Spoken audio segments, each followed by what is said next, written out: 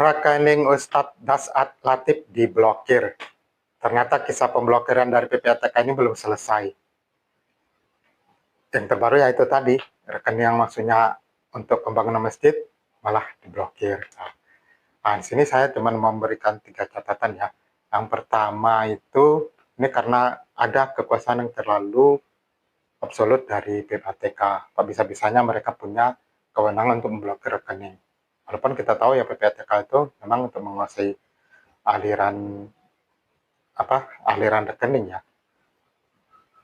Tapi sebagaimana ada gium yang sering kita dengar itu kan, kekuasaan itu cenderung disalahgunakan, cenderung sewenang-wenang. Dan kekuasaan yang absolut, yang terlalu besar, itu lebih cenderung, lebih berpotensi lagi untuk disalahgunakan, untuk lebih sewenang-wenang lagi.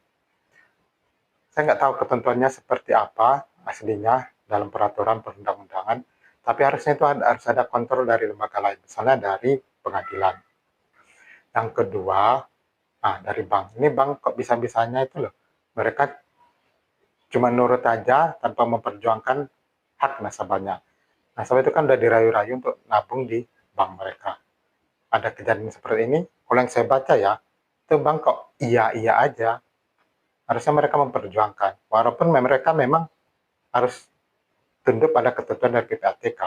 Tapi sama aja kayak kita rakyat, memang harus nurut pada pemerintah. Tapi kalau ada yang nggak pas aturannya kan, ya kita berusaha memperjuangkannya. Ya kayak di Pati itu, ada ketentuan pajak sampai 250% naiknya, nah mereka kan protes, dan akhirnya sekarang katanya tidak jadi kenaikan 250% itu. Artinya bank itu ya berusaha lah memperjuangkan hak nasabahnya.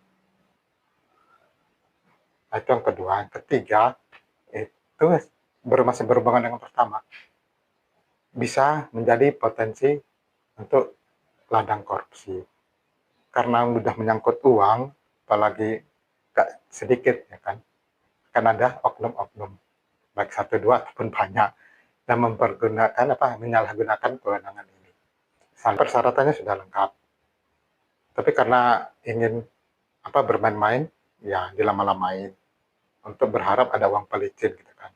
Namanya orang yang sedang butuh ya dia biasanya nggak terlalu banyak bargaining power-nya gitu kan. Soalnya sedang sakit, butuh dana cepat-cepat, ya misalnya rekeningnya 10 juta, diminta 100 ribu, ya mungkin diturutin aja gitu. Ya kalau diminta 100 ribu, kalau minta 1 juta atau yang lain. Belum atau kalau rekeningnya lebih banyak lagi gitu ya. Terus secara ketentuan misalnya rekening tidak bermasalah, tapi karena ada kewenangan terlalu besar ini,